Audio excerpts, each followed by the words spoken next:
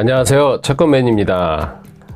오늘은 경매에 의한 채권 추심의 그 잘못된 사례 한 가지에 대해서 말씀을 좀 드리도록 해보겠습니다. 제 채권자 한 분의 사례를 들어서 한번 말씀을 좀 드리도록 해보겠습니다.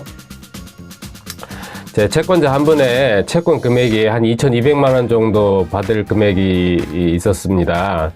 그래서 그 민사소송을 이제 진행을 했는데 1심 판결에서 승소를 해서 채무자의 이제 부동산이 있어서 부동산을 압류를 해서 바로 경매에 이제 들어갔습니다. 그래서 그 경매 비용으로 한 900만 원 정도를 이제 납부를 하고 그래서 이제 경매 절차에 이제 바로 들어갔는데 그러자 이제 그 채무자가 경매 정지 신청을 내고 1심 판결에 불복을 해서 항소를 하게 됩니다. 그래서 여기까지의 그 절차를 그 법무사의 말을 듣고 진행을 하였다고 합니다. 법무사의 말을 듣고 물론 뭐 간단히 생각을 하면 그 채무자의 이제 부동산이 있으니까 1심 재판이 이제 승소를 했기 때문에 그 부동산을 경매에 넣어서 뭐 예를 들어서 그 채권 추심을 할 수 있는 것도 하나의 그 뭐 방법이 될 수도 있긴 있습니다. 하지만 채권 금액이 문제입니다. 부동산의 규모도 문제이고 채권 금액이 한 2,200만 원 정도 된다 그러면은 뭐 그렇게 뭐 큰 금액은 아니지 않습니까? 그리고 또 그 채권 금액에 비해서 부동산이 또 사실 또 큰 규모였었던 부동산이었었고요. 그렇다 그러면은 채무자가 부동산을 정상적인 부동산을 소유한 채무자였다 그러면은 달리 생각을 해볼 수도 있는 것입니다. 왜 그러냐면은 멀쩡한 부동산을 소유한 채무자라고 한다 그러면은 조금만 생각을 해보면은 정상적인 금융거래를 하고 있을 거라는 생각을 할 수도 있고, 그리고 또 신용 상태도 상당히 양호하고 우량하다고 생각을 해볼 수도 있습니다. 그렇다 그러면은 채권 추심하는 방법이 달라질 수가 있는 겁니다. 그렇게 생각을 해본다 그러면은 자, 그래서 어찌됐든 간에 채무자는 1심 판결에 불복을 해서 항소를 하고 2심 절차에 이제 들어가서 있는 찰나에 판사는 변론 절차를 이제 진행을 하다가 결국에는 조정 절차를 권유를 하게 됩니다. 결국 그 조정 절차에 들어가서 2,200만 원의 채권 금액은 조정 절차에 회부되어서 1,200만 원 정도로 조정이 되어 버립니다. 채권자가 이제 결국에는 조정을 받아들인 거죠.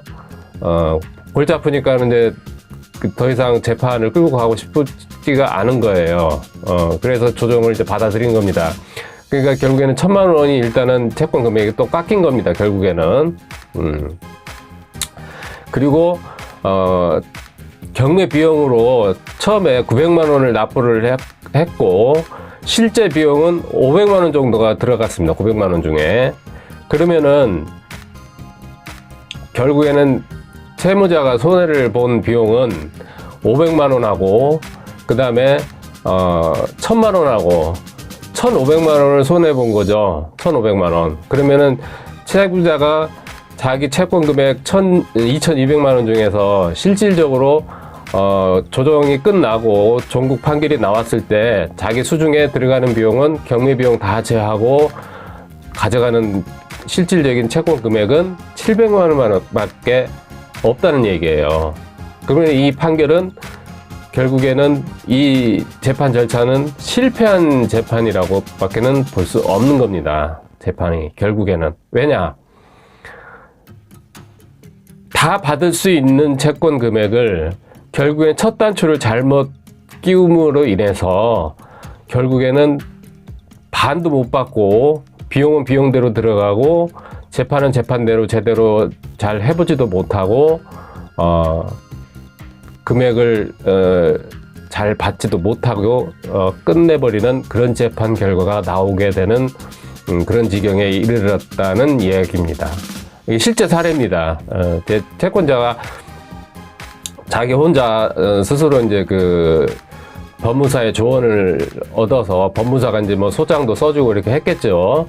그리고 또 이제 법무사가 자기가 뭐 나름대로 뭐 이렇게 이제 법률 지식이 있으니까 이렇게 채권 추심을 이렇게 진행을 하면 된다라고 이제 코치를 해서 경매도 넣고 뭐 이렇게 했겠죠. 부동산이 있다 그러니까. 그런데 한 가지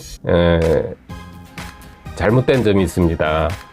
채권 추심이라는 거는 그 비전문가인 법무사의 자문을 받아서 할 그러한 내용이 아닙니다. 채권 추심이라는 게 간단한 내용인 것 같지만은 사실 실상 그 내용을 살펴보면은 그렇지가 않습니다. 채권 추심은 아주 종합적인 내용을 판단을 해서 진행을 해야 되는 경우가 거의 대부분입니다. 채권 금액, 채무자의 자산 현황 또는 채무자의 신용 상태 또는 채권자의 지금 현재 자산 상태.